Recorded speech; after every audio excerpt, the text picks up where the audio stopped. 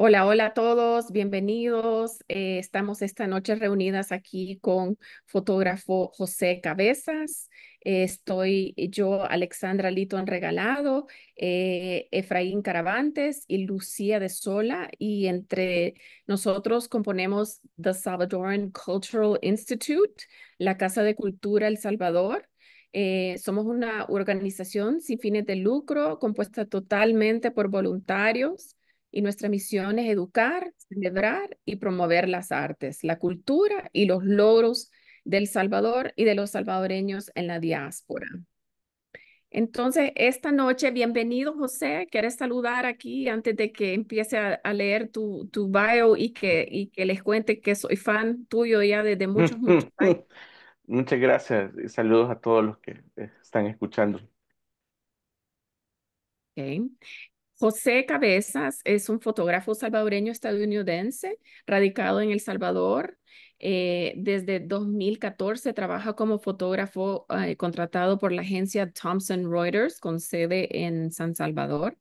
Su trabajo ha sido publicado en diferentes revistas y periódicos como Politico Magazine, The New York Times, The Globe and Mail, and Volkskrant, Stern, El País, The Washington Post, entre otros. Su trabajo Tregua entre pandillas se proyectó en el Festival Visa pour l'Image en el 2013 y recibió una mención honorífica en el concurso Atlanta Photojournalism Seminar en el 2019 en la categoría reportaje. En 2022, como parte del equipo de Reuters, fue finalista del premio Pulitzer, un gran nombramiento ese, en fotografía de reportaje por la documentación el cambio climático en el mundo. Así es que bienvenidas, bienvenidos todos a esta noche. Hoy, en el mes de septiembre, ¿verdad? Sentí que era importante destacar los artistas y escritores que están trabajando actualmente y que están con libros por publicar y con expos presentemente ahorita disponibles para ir a verla, ¿verdad? Aquí está en el Centro Cultural de España. La expo que se llama Mentiras Verdaderas, el paisaje. Es una colección de 28 fotografías y es curado por Antonio Romero. El curador, Antonio, va a estar con nosotros como en unos 20 minutos. Nos va a contar un poco más sobre esa expo, pero comencemos con José. Mira, yo soy loca fotografía también, Mm. lo estudié y no hace mucho estuve leyendo el libro Cámara Lúcida y estuve queriendo aprender un poco más sobre el concepto del punctum, ¿verdad? Que fue propuesto por Roland Barthes, ¿verdad? Y eso se refiere a un detalle, un elemento que nos impacta emocionalmente, personalmente, ¿verdad? Al espectador. Y es una manera usualmente como inesperada. Entonces yo veo y me suena la palabra puntum como un punto de entrada, ¿verdad? ¿Qué es lo que nos jala hacia adentro de esa imagen? Em, y pensando eso en fotografía en general, pero te quiero preguntar, José, para ti, ¿cuál fue el punctum tuyo para entrar a la fotografía en general? Bueno, la verdad es que un poco complicado, no sé si es complicado y sencillo a la vez. La verdad es que la primera inspiración que yo tuve para ser fotógrafo fue mi papá, aunque no tiene nada que ver con el arte, no tiene nada que ver. Papá es ingeniero, pero ingeniero agrónomo, entonces él trabajaba mucho en el campo. Entonces, él había estudiado, yo nací en Estados Unidos cuando él estaba estudiando allá en California. Entonces, él allá empezó a hacer fotografía. Entonces, eh, tenía dos cámaras. Y me acuerdo que él siempre lo veía haciendo fotografías. Hacía mucha fotografía con diapositivas. Entonces, siempre me acuerdo que hacía esa en las noches. O sea, nos ponía, cuando él recibía un rollo que era complicado en aquel tiempo revelarlo, y podíamos ver la foto. Entonces, eso es lo que a mí me gustó. Aparte de eso, él tenía una suscripción de National Geographic, que aunque muchos se identifican con eso, o sea, En los 70 80 era difícil, no había internet, pues, o sea, y ese era nuestro internet para aprender o conocer otros lugares lejanos en el mundo. Pero quizás una de las cosas que más me marcó fue que nosotros crecimos, mis hermanas y yo crecimos durante la guerra aquí, pero mis papás hacían todo lo posible como mantenernos alejados de la realidad de lo que estaba pasando. Sin embargo, era difícil porque siempre nos dábamos cuenta. Um, Creo que todos los que vimos esa época nos dimos cuenta perfectamente de lo que sucedía, que no era una situación normal. Y eso a mí me llamó o sea, me inspiró a tratar de no solo saber lo que sucedía a ojos vistas, sino saber más de lo que estaba sucediendo a mi alrededor. Entonces quizás esa fue como la otra inspiración que tuve de querer ser periodista. Quise ser periodista antes de ser fotógrafo. Eh, Obviamente mis papás no eran muy receptivos a la idea de dedicarse a la fotografía, pero hola, Dale, dale. Ujú. pero no sé, la verdad, ¿cómo se llama? ¿En qué momento fue que llegué empecé a trabajar en fotografía? Alrededor de 1996 empecé a trabajar en eso. Pero se puede decir que tu curiosidad y tu ganas de conocer otros mundos, ya lo que estabas experimentando a través de las páginas de National Geographic y lo que sospechabas que tu papá conocía más y los Ujú, adultos, era algo que vos decías, yo quiero ir a ver esto y quiero documentarlo y, exacto, de alguna forma. Qué bien, qué bien. exactamente. Y me da mucha curiosidad que decís que te interesaba ser periodista antes que fotógrafo. Sí. Y tú tenés como dos ramas bien, pues yo no las veo bien marcadas, porque para mí todas tus fotos es arte visual, ¿verdad? Yo Mm. no necesariamente, no necesariamente sé cuál es la diferencia entre un artista visual, fotógrafo y un fotoperiodista. O sea, ¿qué pasa? ¿Te pones una cachucha un día y otra cachucha el otro día o una cámara que andas es para una Ah, cosa y otra para otra? O sea, ¿cómo funciona eso para ti? pues obviamente yo me gano la vida haciendo fotografías y de lo que pasa diariamente en el país. Y de hecho, en mi trabajo, bueno, yo trabajo para una agencia internacional de noticias que es Reuters. Y anteriormente trabajé en en Agence France Press hasta el 2014 y anteriormente en la prensa gráfica. En cierta manera, no es lo mismo el trabajo que se hace para un medio de comunicación que el que hago para mi trabajo personal. Digamos que hacer fotografía periodística tiene un cierto rigor de reglas y normas que hay que seguir y de cuestiones que hay que respetar y de no salirse de esas reglas porque es una cuestión de credibilidad. Porque, por ejemplo, nosotros en el trabajo que yo hago a diario, por ejemplo, nosotros no podemos tocar fotografías más que hacer solo un reencuadre, no tocar nada. O sea, para eso están otras personas que reciben las fotografías y las publican. Nosotros no podemos hacer nada de eso. No es que uno se cambie la cachucha. Sucedió que cuando empecé a tratar de hacer otro tipo de fotografías, las hacía con la cámara digital, la misma que usaba para el trabajo. Entonces el problema era eh, que cuando agarraba la cámara sentía que estaba como sentía la llamada de hacer fotos parecidas a las que hacía en el trabajo y no era el objetivo. Entonces por eso cambié a hacer fotografía con película, con otro tipo de cámara que hacía más lento el trabajo. Las cámaras que se usan para el trabajo diario son cámaras más rápidas, cámaras digitales, o sea, súper tecnológicas. En cambio, lo que uso para mi trabajo personal no tiene nada que ver con tecnología. Más que solo, o sea, de hecho ni siquiera usan baterías, sino que son cámaras mecánicas. Eh, entonces, por eso decidí cambiar un poco. Sí hago a veces eh, fotos para mí, pues, con cámara digital, dependiendo de lo que se requiera, pero sí no es que uno se cambia, es dependiendo de lo que, también depende de lo que uno hace. No es lo mismo, por ejemplo, ir a cubrir al presidente de la República un día y al día siguiente trabajar una historia, porque hace como un mes estuve haciendo un trabajo que a mí la verdad me encantó porque era algo relacionado al arte, que tenía años de no hacer algo de ese tipo, que es un grupo es un colectivo que se llama Custom Made Stories, que está haciendo un trabajo de renovar la colonia Sacamil por medio de unos grandes murales que están para darle un poco de color a una zona tan gris, pero llena de vida, llena de gente, llena de historias dolorosas, pero que al final, o sea, la gente quiere vivir en un lugar en que se sienten que es su hogar. Sí. Entonces, no es lo mismo, pues no es lo mismo una cosa con la otra, porque sí creo que le puse muchas ganas y sobre todo los jóvenes que están trabajando, pintando los murales, que a mí la idea me parece súper bien, y tratar de cambiar un poco también lo que se hace diariamente y lo que hemos estado haciendo en los últimos 10 años, qué sé yo. O sea. Nice, nice. Mira, yo había pensado, pues porque estamos aquí hablando de tus imágenes fabulosas y no las hemos visto.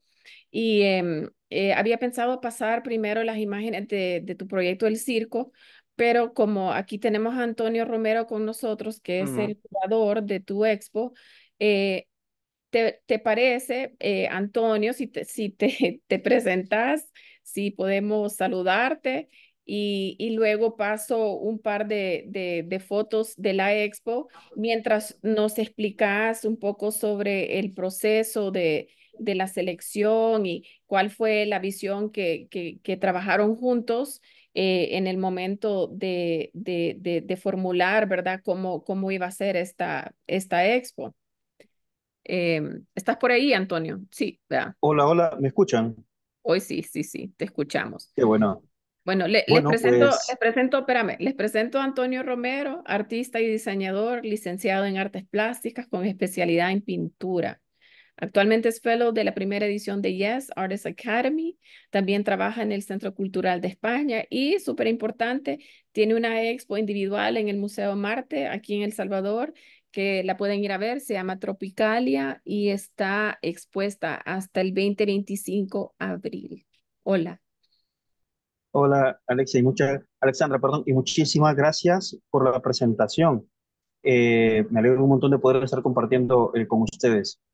Eh, yo trabajo en el Centro Cultural de España y una de las cosas que hago es encargarme de aspectos visuales del Centro Cultural, cosas que tienen que ver con diseño, con curaduría, museografías, básicamente las artes visuales en el Centro Cultural. La propuesta de José Cabeza la recibimos nosotros hace ya un tiempo, hace como aproximadamente un año, año y medio. Con José Cabeza venimos trabajando desde hace, no solo esta vez, sino hace muchísimos más años, porque ya ha participado en otras muestras en el Centro Cultural, pero también personalmente le curamos junto con Mauricio Cavistán una exposición anteriormente en el POMA. Entonces, ya tenemos una relación un poco amplia, ¿no? De conociendo su trabajo, su lenguaje y sus fotografías. En este caso concreto, el proyecto, solo de estar revisando las fotos, conocer de qué iba todo el trabajo, digamos ya en un sentido de lenguaje, porque tal como lo decía en su momento José, hay un cambio de visión en este tipo de fotografías. Cambia la atmósfera, cambia la mirada, incluso el foco se vuelve mucho más difuso y al volverse mucho más difuso también nos invita a pensar esos espacios de una manera diferente, porque entra en el juego de lo inquietante, ¿no? Entra en ese juego de que algo sucede en el espacio, ¿no? Y se volvió como una labor muy amplia y muy interesante. Cuando fui a visitar la expo y tú me diste una breve y súper puntual em, explicación, eh, cuando uno entra al cuarto y ve las 28 imágenes, me dijiste, la sensación que querías que sintiera el espectador es que se sintiera como que es un ensayo, ¿verdad? Y en realidad eso es lo que yo sentí, porque cuando las imágenes las estoy pasando ahorita, por cierto, si no las pueden ver, pero en realidad es lo que yo sentía es que El Salvador se volvía como un personaje y que se estaba retratando de diferentes ángulos. em, y que iba contando una historia, cada imagen. Y hay cosas muy sutiles que si uno no se detiene a observar bien, puede pasar desapercibido, ¿verdad? Completamente de Contanos más acuerdo. de esa línea. Ujú. Completamente de acuerdo. Lo que de alguna manera vemos es un ensayo fotográfico de José Cabezas, en el que él viene desarrollando un ejercicio experimental, tanto en el tema de la fotografía como también a la hora de construir la imagen, una especie de sujeto, que en este caso es el paisaje y no otra cosa, ¿no? El Salvador como sujeto de investigación. Y esto es bien importante entenderlo, porque al final ese retrato se vuelve un retrato amplio que también nos incumbe. Y en el juego que también plantea esta exposición es un recorrido. Vamos de la ciudad desde el 2015, aunque en este caso no escogimos ninguna fecha concreta para tener un retrato amplio en relación al espacio y el tiempo. Vamos desde el 2015 en espacios que tienen que ver con el centro de San Salvador, con la zona de la Dalia, el Teatro Nacional, hasta pasar por zonas periféricas y transitar en ese camino hacia las ruralidades y terminar luego otra vez con una imagen metafórica que refiere al pasado y que de alguna manera nos, nos impacta y nos pregunta a nosotros sobre qué es El Salvador, ¿no? Porque vemos unas estructuras, con lo que termina la muestra, vemos unas estructuras de Lira que ya dejaron de ser, pero que siguen estando ahí, Ahí aun y está. cuando en los ochentas, exacto, aun y cuando en los ochentas tenían una función, pero están con un vestigio de algo que no, que de alguna manera nos retrata, aunque ya no es, ya no cumple una función, pero sigue estando ahí. Entonces, lo que quiero decir con esto es que Y, la propuesta de José es el retrato de El Salvador. Y me parece súper interesante, de verdad, como yo decía, unos detalles sutiles que si uno de veras se detiene a observar y pensar, ¿verdad? En la historia de El Salvador, aquí está me dijiste que era el río Zumpul, es el río Zumpul, Es Lémpaga, si no me es el equivoco. Lempa, perdón, es el Lempa, es el Lempa. Ajá, entonces la parte del paisaje, ya cuando salimos, me pareció bien interesante porque ese concepto de los bordes, ¿verdad? De las montañas, de los ríos, ¿verdad? De estas áreas, ¿verdad? Que no se ve ni una sola persona, pero se siente la presencia humana, ¿verdad? O la ausencia en un sentido como post-apocalíptico casi, y o las personas como perdidas, totalmente incorporadas al paisaje. A mí en particular esta me parece espectacular porque es que, ¿qué estamos esperando, verdad? Y a quién y a dónde, y esa tormenta que está al otro lado de ese muro, que ese muro puede representar todos los muros más importantes y significativos en nuestras vidas en el mundo, ¿verdad? Contame de esta, Antonio, porque yo lo vi y vos me reafirmaste lo que vos veías aquí. Hay un juego también histórico con las fotos de José, y es que cuando fueron escogidas, las escogimos juntos, luego fue un trabajo muy bonito el que hicimos, básicamente una vez eh, seleccionadas, pues ya se las pasé y lo conversamos. Hay guiños históricos, es lo que quiero decir, ¿no? En todo este juego hay guiños históricos. Por un lado, la anterior tenía que ver con el advenimiento y esta tiene que ver con el advenimiento, tiene que ver con el futuro y se pone en el centro y nos hace preguntas, pero esta tiene que ver con el pasado y de alguna manera nos refiere a ese momento de la estampida, de cuando en la catedral quedaron aquellos zapatos regados por toda la plaza. En este caso, el momento histórico es otro. Mucho de esto tiene que ver con la pandemia también, pero de alguna manera hay escenas que se repiten y esos guiños históricos suelen ser interesantes porque funcionan como metáforas. Y por ahí viene el juego de la pregunta, por ahí viene el juego también cíclico también, porque es que aquí lo interesante es pensar en lo cíclico de la historia y no en la linealidad. Entonces, lo que quiero decir con esto es que las obras fotográficas de José se vuelven muy ricas en cuanto a la metáfora y al cuestionamiento crítico del retrato que estamos viendo. Sí. Este otro es interesantísimo, solo hago una anotación, y es Ujú. que claramente, como mencionabas antes, no existe una presencia humana, pero sí está la presencia, sí está, digamos, como de alguna manera la evidencia, lo que termina generándonos una especie de preguntas, una especie de inquietud, nos genera una incomodidad. ¿Qué está pasando allí, no? Y siempre el juego de los bordes. Esta está cercana ya para hacer las conexiones con las ruralidades, entre ese juego del estar y no estar, con ese paisaje que se nos viene encima, que nos invade, pero que nosotros también con la ausencia generamos una especie de invasión que lo inunda todo y se vuelve tremenda el juego de la imagen. ¿Hay alguna imagen, José, que quisieras comentar un poco más sobre? Decime que pause y que nos contés un poco qué pasó allí, qué pasó antes, qué pasó después. Bueno, esa del cine Darío creo que puede, eh, nadie me lo ha preguntado, pero a mí me llamó la atención que el cine esté tan destruido, porque en los 70, bueno, mi papá nos llevaba a ver películas ahí, de hecho, quizás ahí vi la primera película que a mí me impactó, que era Star Wars. Entonces, fue un día que me invitaron a hacer como una actividad con unos jóvenes que andaban haciendo fotografías en el centro y pasamos por ahí, entonces estaba esa atmósfera como... Y me dio lástima ver el cine porque realmente, sí, me acuerdo de la primera vez que yo vi una película que al menos para mí fue una de mis películas favoritas. Y da cosa ver eso abandonado, porque como le decía Antonio, o sea, lo que vemos hoy, en este momento, puede ser que mañana ya no sea igual, o sea, porque, y sobre todo en esta época, eh, en los tiempos que estamos viviendo ahora, basta con no ir a un lugar por 15 días, cuando regresa, las cosas ya no son iguales, o sea, ni siquiera parecidas.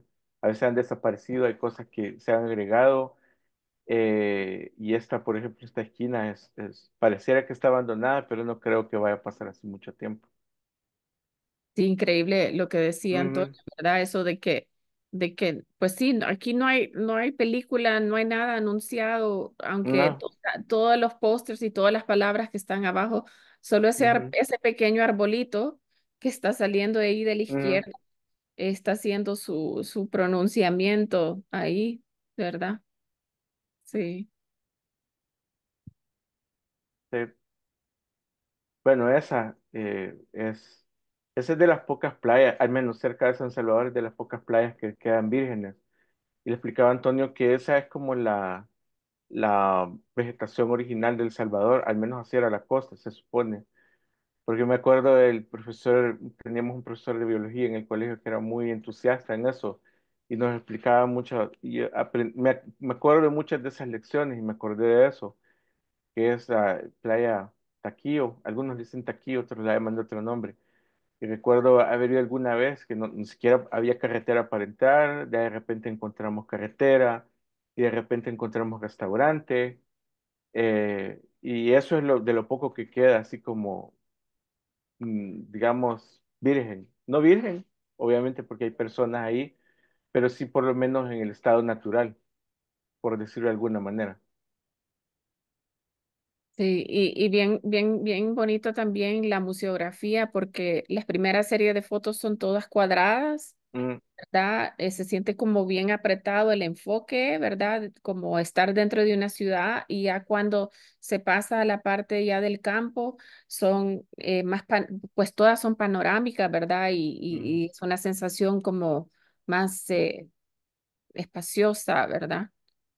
Esta la comentamos, ¿verdad, Antonio? Que cuando la vi pensé en en el cuadro de Max Wallenberg, que también es, que me recuerda también a ese otro artista que no me recuerdo todavía, que pintó a un señor de espalda viendo también hacia un mm. espacio así del horizonte. Es- Sí, fíjate que justamente cuando hacíamos la selección de fotos, habían varias fotos que de alguna manera recordaban la historia del arte. Y esta, como te comentaba antes, Me gustó mucho porque de alguna manera recordaba esa imagen de Max Bolver que hizo a principios del siglo XX y que planteaba ese sujeto que en el caso de Max Bolver tenía un personaje, tiene un personaje que está viendo hacia el frente, ¿no? Y que nos da la espalda y que nos descubre algo y que nos hace partícipes de esa mirada. En este caso, nosotros somos el sujeto que compartimos, digamos, con el otro sujeto que es el paisaje y se vuelve, digamos, como un juego mucho más, digamos, como que nos invita a estar, a participar mucho más, ¿no? Nos mete en esa atmósfera. Y es que la exposición de alguna manera es una atmósfera también, es un juego atmosférico muy interesante. Por Aquí eso es que... ajá, Ujú. perdón, me acaba de aclarar Efra, experto en todo, que el artista de esa obra se llama Caspar David Friedrich. Eso es, Caspar Friedrich, eso es. Ajá. Pues eso, entonces lo que te decía es que en ese juego hay esa relación, ¿no? Donde te implicas de alguna manera, porque la exposición de José Cabezas toda tiene que ver con las atmósferas también, porque él ya está, digamos, creando todo ese juego atmosférico en el que te mete. En algún caso te comprime, en otro caso te hace un poco más ancha, pero aún así, ese juego de atmósfera que te inquieta sigue estando. Y eso es potente, es muy potente. Es un juego de lenguaje que no es tan fácil hacerlo, no es tan fácil encontrarlo. Sí, pues me parece súper interesante y los invito a todos a que vayan a ver a esta expo porque hasta el 28 de octubre va a estar disponible y sí vale la pena detenerse frente, ¿verdad? Las imágenes un rato para ver qué tipo de historia uno recibe, ¿verdad? Eh, de esas imágenes. Fue muy conmovedor para mí verla. Gracias, Antonio, por tu participación. Tenemos muchas Muchas más gracias también. fotos que compartir con ustedes y no sé si hasta ahora hay algún comentario o pregunta de parte del público. Efra, vos que estás conectado al chat, nos avisas si hay alguien que quiere preguntar o comentar algo. Em, Por el y momento no hay. ok, ok. Pues mira, quisiera pasar a ver el proyecto tuyo de fotografía del circo. ¿Te parece si vamos ahí? ¿Ves? El problema. Ok,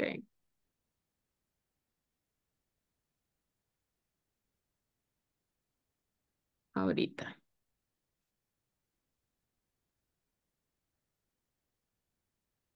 Estas fotos, pues yo soy fan de Diane Arbus Mm, y inmediatamente pensé en ella, ¿verdad? Y em, me da mucha curiosidad de cómo es que encontraste a este grupo de personas, ¿verdad? Y cómo es ese ambiente, cómo te recibieron. Y mientras mm, vas hablando, yo voy a ir pasando las fotos y si quieres que yo me detenga en uno, me ok. quedo ahí, ¿ok?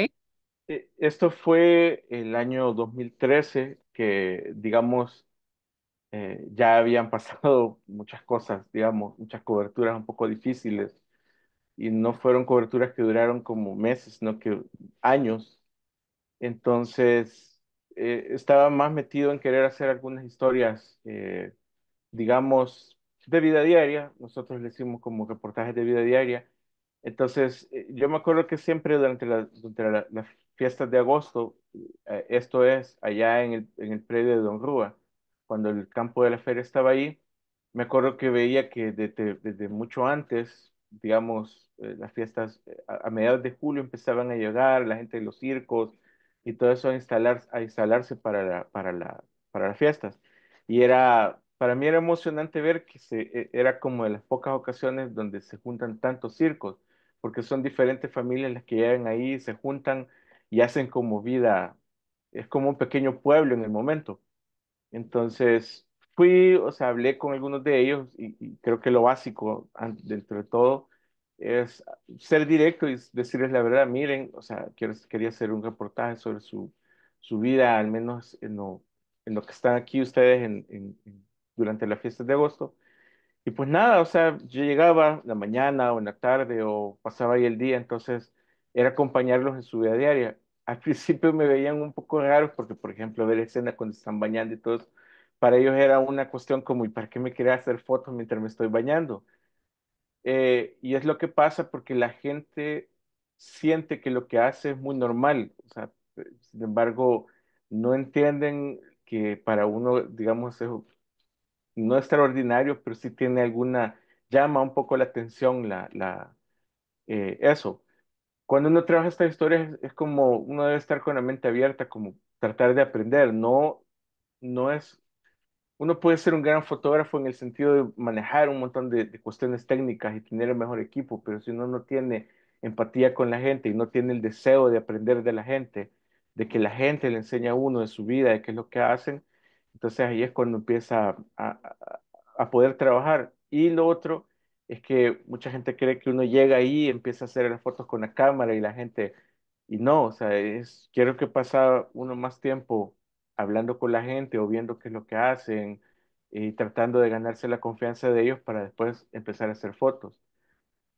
Digamos que estuve ahí como 15 días trabajando ahí, ni siquiera le podía llamar trabajo, sino más estar con ellos, pues, en su trajín diario, y que fue bien intenso cuando llegaron los días entre el 5 y 6 de agosto, que eran show continuos, o sea, ahí era un show tras otro. Y entonces ya la vida no era tan tranquila, sino era una cuestión bien complicada porque no descansaban, casi no comían, o sea, era como bien, bien intenso. Entonces uno tenía que tener cuidado de no meterse en el camino de la rutina que ellos ya tenían bien, bien estudiada.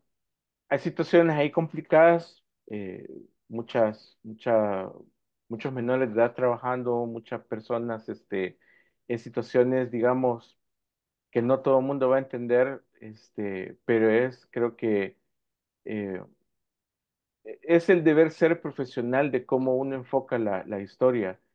Y lo otro, digamos, que no me gusta ser como muy lastimero en el sentido de decir, ah, pobre gente, sino que para mí es importante darles dignidad, o sea, contar su vida desde el punto de vista de ellos. O sea, obviamente yo jamás, no puedo ser parte de ellos aunque yo quisiera, pero sí tratar de entender por qué lo hacen. Ellos adoran la vida del circo, aunque ahora, eso fue en el 2013, ahora después de la pandemia el circo, digamos, está en su, ya, digamos, si no agonizando, o sea, no sé, y es una vida para mí bien solitaria.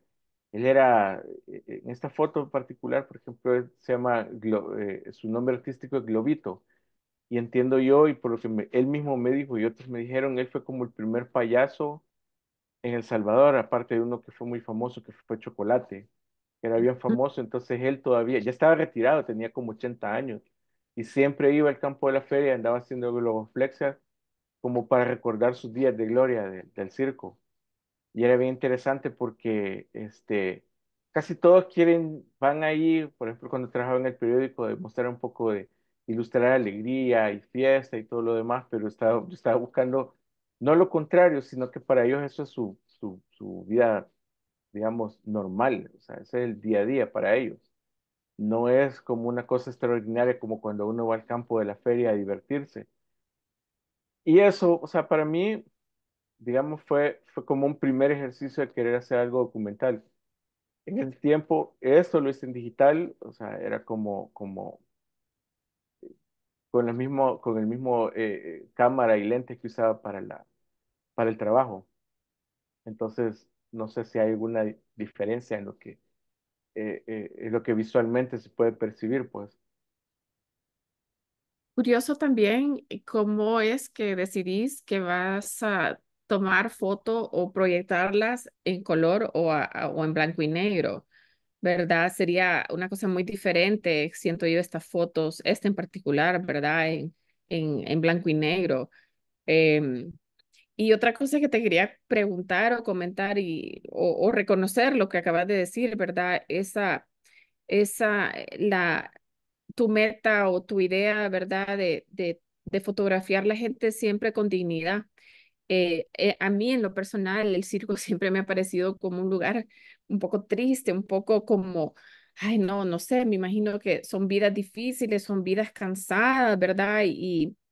Pero de veras uno siente como una sensación, no sé, de como de familia, Ujú. de unidad, ¿verdad? O sea, sí es su día a día, pero, o sea, no sé si puedes hablar un poco más sobre eso y sobre el aspecto de color.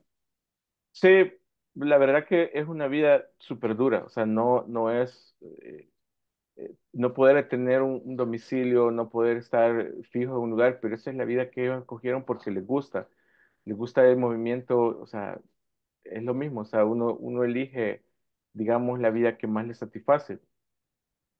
An- en cuanto a lo que si usar color o blanco y negro, digamos, hace muchos años, me acuerdo que el Museo Marte trajo una exposición de Henri Cartier-Bresson y me acuerdo que la persona que venía como encargada de la exposición era la fotógrafa Susan Meiselas, que estuvo muchos años, o sea, que estuvo cubriendo Centroamérica en los años de la guerra y dio una charla en el Marte.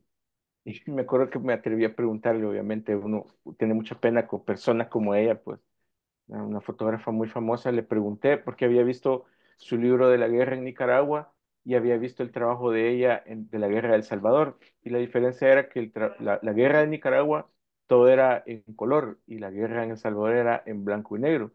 Y yo le pregunté por qué Nicaragua era color y El Salvador era blanco y negro. Y la respuesta que me dio para mí, a mí se me quedó, para mí fue interesante y lo tomé para mí. Y me dijo que en Nicaragua cuando estaba cubriendo la guerra de los sandinistas contra Somoza, se sentía que iban hacia algo mejor, hacia un cambio, o al menos eso se percibía, y que había una esperanza, había sido una guerra sangrienta, había sido una guerra cruel, pero que había la idea de que iba a ser algo mejor. Y en El Salvador era lo contrario, El Salvador cada vez era más sangrienta, más complicada, y que no se veía esperanza. Entonces el blanco y negro hacía como que mostrar esa atmósfera de desesperanza que había en ese momento en específico. Lo del circo, obviamente, sí probé tomar fotos en blanco y negro, pero no tenía sentido hacer un circo en blanco y negro. He visto fotos, por ejemplo, Diane Arbus hizo algo del circo, muchos han hecho en blanco y negro, pero en particular me pareció que era, sí, o sea, creo que era una atmósfera ya cuando uno lo ve desde atrás, no desde el frente, como lo ve el público, sino desde atrás es completamente diferente porque hasta cierto punto sí, es cierto, es triste, pero nunca los vi quejándose de lo que hacían, o sea, al contrario, o sea, era como felices, o sea, eran como bien satisfechos de hacer esto. Eh, digamos, no todo, muchos hacían otras cosas antes de dedicarse al circo, y eso era, o sea, porque casi todos eran familia. Fascinante. Y ahora estás con un proyecto que estás promoviendo bastante y me alegro mucho porque de veras es un proyecto muy especial de los historiantes y has creado un libro de tus fotos que ya vamos a poner un link para los que están interesados en comprarlo. Ya está disponible, ¿verdad, José? ¿O está en Ujú. preorden? Ajá. Ya está disponible para la compra. Entonces, contanos de tu proyecto sobre los historiantes, o sea, ¿cómo fue eso? ¿Cómo entraste a ese proyecto? Y voy a hacer algo similar en el que voy a proyectar algunas imágenes de ese proyecto para que nos estés contando y luego si hay alguna imagen donde querés que yo me detenga, ahí me paro.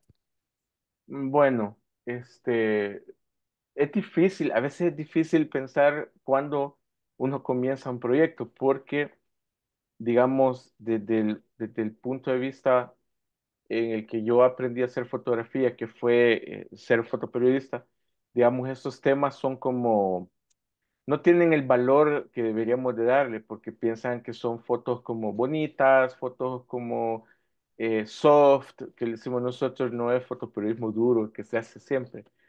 Entonces, el proyecto de la danza de los restaurantes a mí me llamó la atención quizás me acuerdo una vez que ellos hacen una cuestión que se llama la demanda. Antes era más común y era que iban de casa en casa pidiendo dinero para financiar la fiesta del pueblo. Nosotros en aquel tiempo, me acuerdo que tenía como 10 años, no me acuerdo.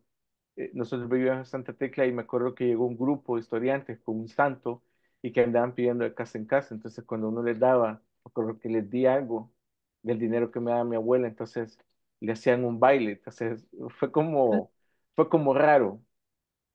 Mira, Eh, ¿Mm? José, espérame un segundo, porque como estamos aquí con un público salvadoreño y salvadoreño Sí. en la diáspora, contanos exactamente qué es el baile, qué es la tradición de los Ok. historianos. La danza de los estudiantes es una danza que trajeron los españoles durante la conquista, donde contaban todas las hazañas de las cruzadas en el Medio Oriente, de la reconquista de España, de la guerra básicamente de los cristianos contra los moros. Hay que recordar que en la Edad Media los moros habían conquistado España y habían tomado Tierra Santa. Entonces, la danza de los historiantes cuenta la guerra de los cristianos por tratar de reconquistar la península española y los sitios santos que estaban en Jerusalén. Entonces, por eso ellos en un baile, digamos, representan batallas entre los cristianos y los moros. Y entonces eso se traduce a ser como la lucha entre el bien y el mal. Y los españoles la usaban como para decir a los indígenas, nuestro Dios es más poderoso que sus dioses y nosotros tenemos el poder de conquistarlos. Con el tiempo los indígenas aprendieron la danza. Sucede que ahora los españoles no la... Sí, en España sí sé que hay lugares donde la bailan, pero los indígenas, particularmente en El Salvador, se adueñaron de la danza y ahora, digamos, no es más una danza española, sino es una cuestión indígena. Eh, con una... Y, y perdón, te hago una pregunta, ¿hay algún tipo de sincretismo ahí o sea, Sí, han fusionado, cambiado? ¿Conoces algo de eso? sí, por ejemplo, en algunas fotos, si podemos ser, por ejemplo, las flores, si ustedes las ven, en este caso, por ejemplo, las flores significa eh, que son las coronas, por ejemplo, que son gente de buenos sentimientos, que tienen, que su corazón está conectado con Dios. Y por ejemplo, los moros que representan el mal siempre llevan monedas o representan o llevan a veces la figura de algún animal o ser mitológico. Y eso significa que las monedas significan la ambición, el dinero, el poder y el animal o el ser mitológico significa que tienen un poder sobrehumano para combatir contra los cristianos, pero que al final, por ejemplo, ahí él tiene un mono arriba, entonces él interpreta el papel que se llama el gracejo, que es como un bufón que se burla, pero entonces por eso es que hizo un mono, porque su poder sobrenatural es hacer reír, es hacer gracias, hacer como bromas. Entonces, por eso es que usan esos trajes de capas y coronas, y por eso es que si ven el Señor tiene unas monedas, porque también cuando bailan, en aquel tiempo, en aquellos años, eh, las monedas eran de plata, entonces se movían como cuando suena una armadura en combate. Entonces, y usaban sus machetes. Obviamente todos ellos eran campesinos, son campesinos. Entonces era como usar los machetes que usan para sus labores diarias en el campo, simular una espada. Hay lugares donde es más, digamos, se dieron el lujo de que tienen espadas para poder hacer, para representar esta batalla. Entonces, no se puede decir que sea es como en esta tradición es donde se mezclaron las dos culturas, la indígena, digamos, la española ganó sobre la indígena, pero al final los indígenas se adueñaron, hicieron propia la ¿Y, tradición. Los y cuál es bailantes, cuál es el rol de las mujeres? Porque las princesas o las reinas, no sé, va, y esta señora. Ujú. lo que pasa que antes, y cuando digo antes, digamos, en el siglo XX, solo, por ejemplo, y me gustó un discurso que dio uno de los impulsores más grandes de la tradición, que es Don Celio López, que es, que es prácticamente vecino mío. Don Celio López, él recibió el premio nacional, un premio de cultura, entonces en su discurso decía, ¿verdad? Que las tradiciones no son como las fotografías, eh, que están estáticas en el tiempo. Eso, una fotografía nunca va a cambiar. Las tradiciones son dinámicas como la sociedad, entonces cambian según la coyuntura y para asegurar su supervivencia. Hace muchos años, por ejemplo, solo los hombres mayores de 40 años podían participar en la tradición. Después vieron que era complicado por el trabajo entonces lo bajaron a 30 y así fueron hasta que pudieron permitir que los jóvenes de 18 pudieran participar, porque eran un montón de requisitos que tenían que ser maduros y etcétera, entregados a Dios y todo lo demás. Entonces, hace mucho tiempo los papeles de mujeres los hacían hombres. De hecho, solo hay un pueblo donde yo vi, que era en Cushnáhuac, en que el papel de la mujer lo hace un niño porque decía que no querían problemas con mujeres y todo lo demás. Entonces fue que empezaron a incluir mujeres en los papeles femeninos, que en este caso son las reinas o princesas. Pero particularmente esas dos fotos en San Miguel Tepezontes, perdón, decidieron que ya las mujeres podían hacer papeles de hombres, porque la, como ellos bailan para cumplir una promesa, ellos le hacen una promesa al santo, en este caso San Miguel Arcángel, en el caso de San Miguel Tepezonte, para que les conceda un milagro. Entonces, por ejemplo, la niña estaba cumpliendo la promesa de su papá, porque el papá no podía bailar por el trabajo, entonces decidieron que la niña podía pagar la promesa del papá. Y la señora estaba cumpliendo una promesa porque había tenido un accidente y se había quebrado el pie y pensó que no iba a volver a caminar y entonces en su recuperación le prometió a San Miguel Arcángel que si se recuperaba iba a bailar en la danza de los historiantes, iba a bailar en la danza, en la historia, como le dicen ellos. Entonces también decidieron que ella podía bailar. En Izalco Interesante. también, Esto no sabía yo que ofrecían el sí, baile para, como una promesa. Qué sí, interesante. iba pasando de generación en generación la manera en que ellos, cómo van heredando la danza. Entonces, no Entonces, puedes comenzar de cero, o sea, tiene ¿cómo que no? ser heredado. No, no, no. Hoy sí Ah, hay ok. niños de 10 años, que, o sea, cuando digo de heredado es porque los niños ven a los mayores, pues, bailar. O sea, ellos quieren, obviamente ellos quieren, imitar a sus mayores, pues, es la manera en que todos aprendemos, pues, por el ejemplo. Entonces, para ellos es y entonces estamos hablando de gente que son campesinos, albañiles, guardias de seguridad, gente que hace oficios bien, que nosotros podemos decirle, bien, yo quisiera detenerme en esa foto en particular, Esta. porque, sí, esa, porque para mí es especial, y es lo que digo, es lo que está mencionando en este momento. Por ejemplo, él es un joven, él se llama Francisco Melara, y yo escogí que fuera la portada del libro porque para mí engloba del por qué el objetivo de este trabajo. Muchos de los que salen en esta historia, muchos mayores murieron ya por la edad, y son gente muy pobre. De hecho, en la pandemia murieron varios víctimas del COVID-19, pero en particular, El Salvador es un país bien complicado. Entonces me acuerdo que esta fue yo hacía las fotografías primero en digital y después empecé a hacer los retratos con una cámara de película en formato medio. Y me acuerdo que él fue de los primeros que yo retraté. Y lo había retratado dos veces. La primera vez, me acuerdo de un año, porque cada año regresaba al mismo pueblo. Lo hice con la cámara digital. Y entonces al año siguiente me lo encontré y le hice este retrato. Y entonces fue bien feo porque en la Navidad, creo que fue un año después o 2 años después, me habló, como siempre tenía amigos o conocidos que me conectaban precisamente con la gente de la historia, y me dijo, mira, fíjate que te quería contar que el muchacho que le habías hecho la foto, sí, esa, fíjate que lo secuestraron y lo mataron. Entonces, no puedo decir exactamente cuántos años tenía, solo me acuerdo que era una persona muy joven y lo acusaban de ser pandillero.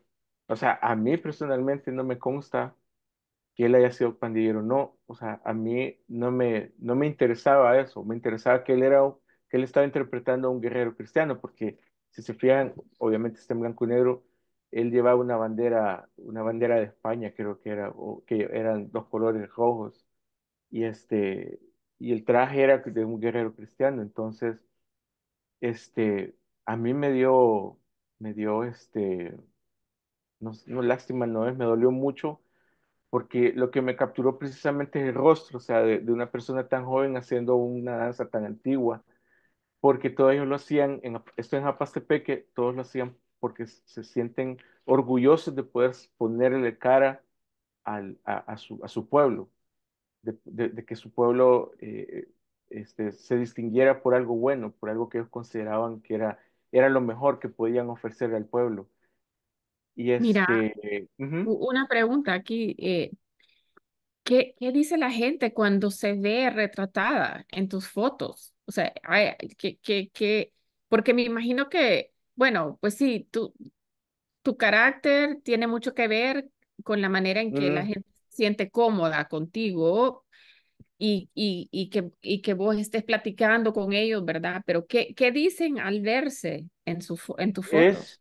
Es interesante porque una de las cosas que yo siempre hice o que he hecho para que la gente confiara en que no era una cuestión como en la que yo me estaba lucrando de esto, entonces yo lo que hacía era imprimir, lo que he hecho siempre es imprimir las fotos y como regresaba al año siguiente se las llevaba, entonces la gente se ponía bien contenta. Con esa foto en particular fue interesante porque cuando anuncié que el libro iba a ser publicado y que le era portada, me escribió en un mensaje privado en Facebook una familiar de él y me dijo, mi primo Francisco, mi abuela lo crió, o sea, de que tenía 2 años porque mi mamá se fue y me contó toda la historia que yo no sabía y entonces me dijo que que su abuela se había puesto bien contenta cuando vio que su nieto iba a ser recordado por algo positivo. Sucede también que muchas veces la foto que yo les he dado es el único recuerdo que tienen de ellos vestidos como historiantes. Y me acuerdo que un entierro que fui, que por cierto ya acaba de salir la foto, era la foto que habían puesto en el ataúd para recordarlo. La gente Mm. se alegra porque no, o sea, tener fotos, digamos, es un lujo para la gente, poder tener una foto impresa, un testimonio de algo que ellos han hecho es importante para ellos. Entonces, digamos que ese es como mi manera de regresarles un poco de la confianza que ellos me dan. Han venido, o sea, y yo como han venido gente, pues, que digamos, se ha lucrado a veces de la tradición, o sea, porque siempre lo sacan como cuestión, por eso es que el proyecto también es blanco y negro, para diferenciar un poco que lo mío no es turístico, no pretendo hacer fotos bonitas, sino registrar a la gente, que es lo que a mí me interesa, o sea, que la gente no pase desapercibida. Por ejemplo, este muchacho, este proyecto se puso hace 2 años en Nueva York, en el Bronx Documentary Center, y me dio gusto, o sea, él vive ahora en Estados Unidos, vive en Long Island, en Nueva York, y él ahora es camionero, o sea, después de que bailó, se fue a Estados Unidos. Y entonces, no sé, o sea, porque cuando se ven, o sea, se sienten orgullosos y ese, digamos que el objetivo quizás no era el objetivo principal por el que comencé este proyecto y nunca me imaginé que podría tener ese alcance, este proyecto. Sí, es fascinante y lindo porque imagínate si el circo lo fotografiaste a color y si uno ha visto antes estos bailes, ¿verdad? Todos esos trajes de satín y, ¿verdad? Con las Ujú, plumas y los diferentes colores de madera ¿verdad? Todo, me imagino pues también hay todo un espacio también para video, ¿verdad? O sea, los sí, sonidos, ¿verdad? Y que uno se puede ir imaginando, ¿verdad? Que cómo es todo eso y de veras es precioso. Este, creo que hay tantos proyectos más que tiene José y que pudiéramos dedicarnos una hora más a verlos. Em, pero una hora es lo que tenemos aquí, ujú. ¿verdad? Y ya se nos está terminando, pero em, no sé si hay algún comentario del público o si hay algo más, José, que tú quisieras comentar o destacar sobre lo que hemos visto ahora. Dentro de lo que me mandaste, ¿verdad? Está también, ¿verdad? Todo un proyecto ligado con lo de las pandillas, ¿verdad? Que Mm, también es un tema un poco, ¿verdad? complicado. Controversial y complicado, pero tú has logrado capturar la humanidad de esas personas también y creo que sobre todo, o sea, me interesa mucho las preguntas que están haciendo tus fotos, ¿verdad? Mm, Esa cuestión de familia, familia improvisada, la unidad, esa sensación de cómo es formar un grupo y ser individuo a la vez. Yo creo que es algo que voy a seguir, ¿verdad? Estudiando y pensándolo mientras sigo conociendo más sobre tu obra. Así es que te vale. agradezco y no sé si podemos ver si hay algún comentario o pregunta del público. No, hasta el momento no hay comentarios, Alex. Ok. José, no sé si quisieras comentar un poco sobre ese proyecto o otros proyectos Mm, que tienes en la mesa. pues quizás me imagino que para ir cerrando, Ujú. a veces, digamos, comenzar estos proyectos no es que un día me levanto y diga, o sea, como una luz. Son cuestiones que nacen más que del interés. O sea, para mí ha sido como muchas veces pensamos, y de hecho yo lo hice también, buscar fuera, digamos, pensamos que como fotógrafos, irnos fuera, viajar, es donde vamos a desarrollarnos como fotógrafos. Eh, Creo que me decía alguien que era bien difícil, o sea, si no eras capaz de sacar una buena historia de tu vecindario, o sea, no vas a ser capaz de poder hacer una historia en el exterior. Entonces, creo que toda la situación difícil que ha vivido este país, porque, o sea, ha sido, digamos, la historia del país es trágica, es tratar, o sea, y el objetivo que yo me he trazado es tratar de contar con un poco de dignidad, o sea, mi entorno. Es difícil para mí decirlo porque al principio decían que yo nací en los Estados Unidos, pero realmente yo he vivido casi toda mi vida aquí, no he tenido una razón, gracias a Dios, para emigrar, sino que a mí me tocó, y he intentado vivir en Estados Unidos y he regresado porque, digamos, creo que mi trabajo y el trabajo de muchos colegas y de muchos compañeros es necesario aquí para contar muchas cosas y los intereses de todos son diferentes. El mío es uno y de los otros fotógrafos es otro, pero todos andamos tras lo mismo, de poder contar una historia que sea importante para el país. Al final, creo que es como un gran retrato global, grupal, en familia, de lo que nosotros hacemos, porque sí sé que muchos hacen mucho esfuerzo y mucho sacrificio por hacer este trabajo y lo hacemos, la verdad, para poder contar una historia tal vez no real, porque de hecho de eso se trata el proyecto de mentiras verdaderas, que las imágenes no son real al 100%, es lo que yo vivo y no sé cómo las otras personas lo van a percibir, pero trato o tratamos de acercarnos lo más posible a la realidad para poder contar una realidad que a veces no es visible para los demás fuera de El Salvador.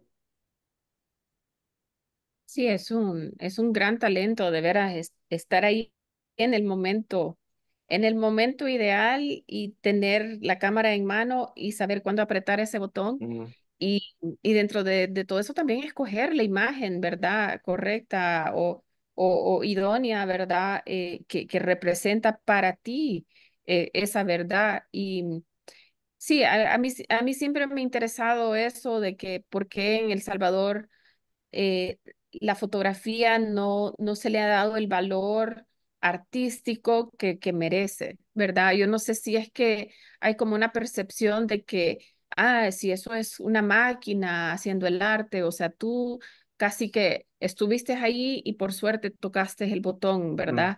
Pero tiene no, mucho que ver el arte de estar ahí y de estar presente y de estar de veras consciente de que qué es lo que queremos representar, ¿verdad? ¿Cómo se va a representar? Si voy a tomar dos pasos adelante o dos pasos atrás, o girarme un poquito a la derecha o girarme a la izquierda, y cómo generar también esa confianza con la gente para permitir que ellos se sientan así, ¿verdad? Natural contigo, ¿verdad?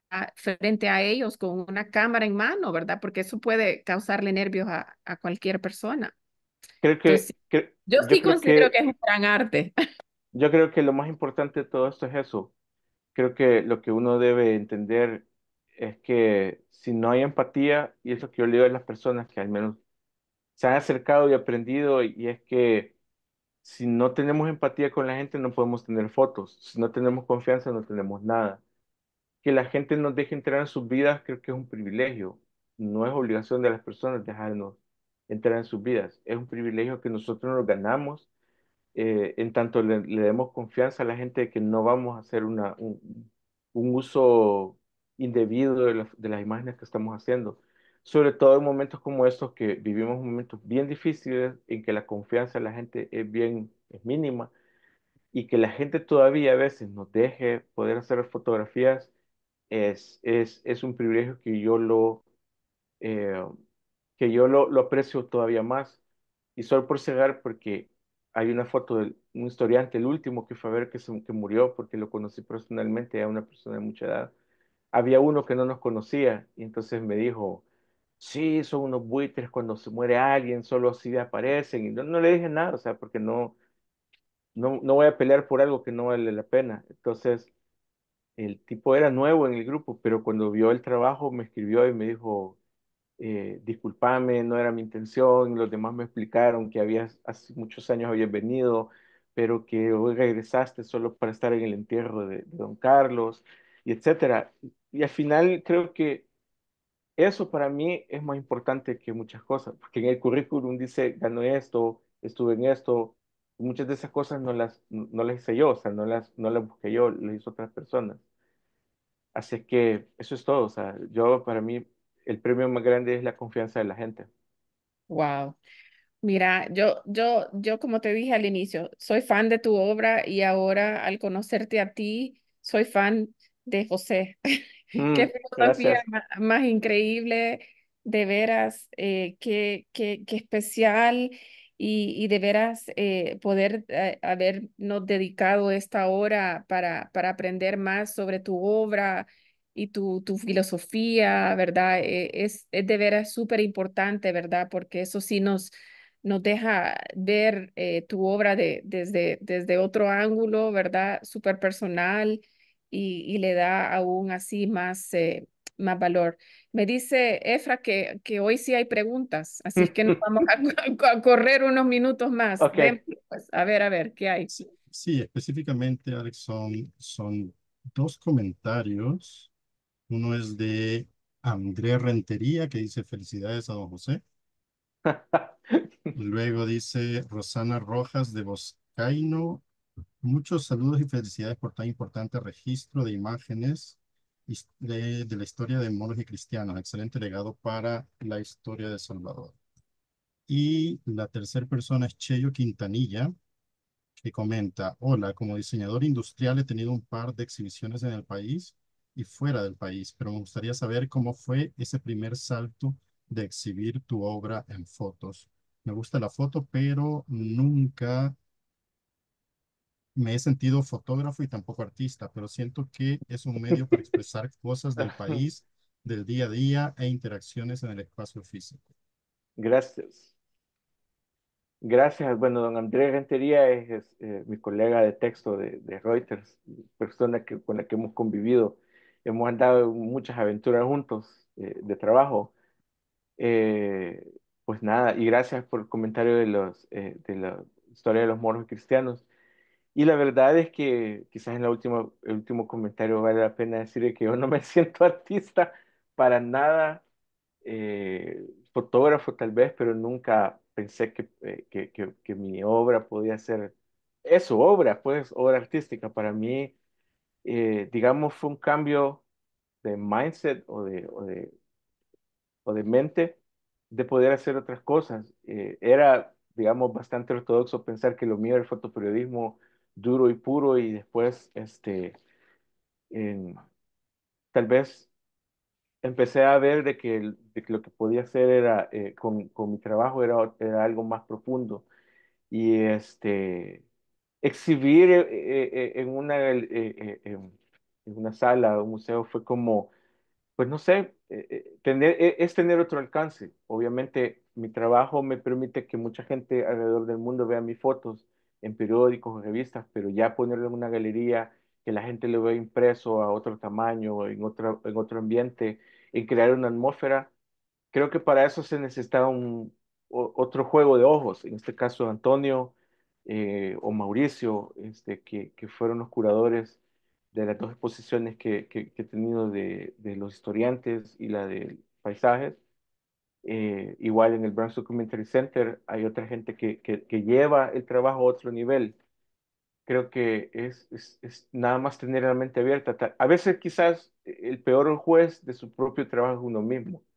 Y yo a veces siempre le consulto a otros amigos, compañeros, ¿qué te parece esto? O sea, ¿te parece esto que eso tiene sentido?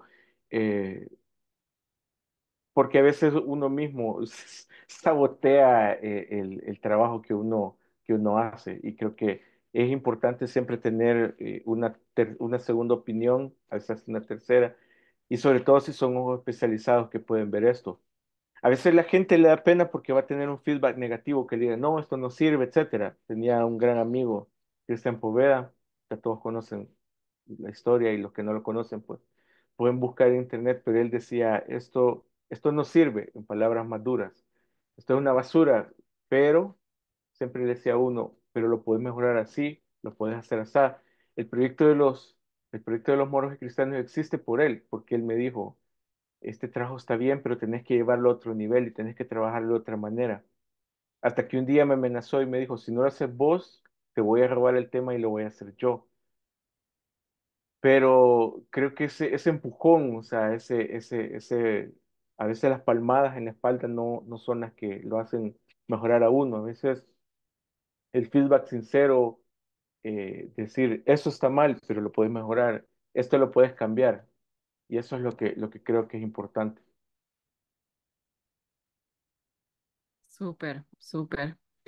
Em, no sé si hay algo más, Efra, pero sí quería destacar una cosa y aquí en público darle las gracias también a José Cabezas porque nosotros estamos por lanzar la nueva página web de Casa de la Cultura, Salvadoran Cultural Institute y José, entre otros dos fotógrafos, nos ha prestado su foto para eh, ponerla en la página web y dar como una imagen, ¿verdad? De lo que se compone nuestro país en el ámbito cultural, ¿verdad? De identidad y tradición. em, y también, pues, estamos reiniciando nuestras redes sociales. Entonces, si no nos han seguido en Instagram, también ya tenemos una nueva cuenta.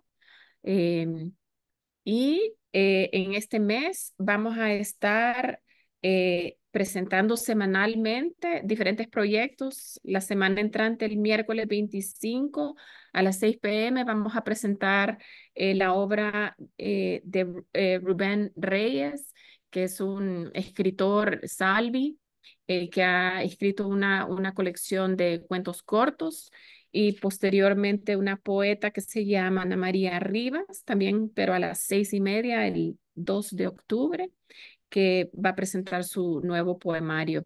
Entonces, en general, quiero hacer el anuncio también, ¿verdad? Que si ustedes tienen buenas noticias, que la comparta con nosotros. Tenemos un newsletter que también queremos que le llegue a todo el mundo para que conozcan, ¿verdad? Todos los logros de los salvadoreños en el país y en la diáspora, que compartan con nosotros sus buenas noticias.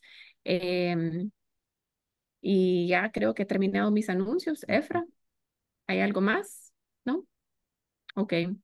Bueno, ha sido un placer estar contigo esta noche, José. Gracias. Te Solo, agradezco. Ujú, solo dale. última cosa, si Ujú. no, que el libro de Moros Cristianos que se llama History Dancers está a la venta en Snap Collective, eso está en línea, creo que ustedes han puesto el el link. Si no pueden ir a mi Instagram, está también el link para que lo puedan adquirir. El libro, el pre-order ya pasó, pero está en producción el libro, pero sí están recibiendo órdenes del libro. Por si les interesa, ahí están. Aquí, Esas son mis cuentas de Instagram. Una es diferente de la otra, pero está a la venta el libro para quien le interese. Le hemos puesto mucho esfuerzo y mucho cariño para que salga lo mejor posible. bueno, muchísimas gracias a todos y buenas noches. Buenas Gracias. noches. Gracias.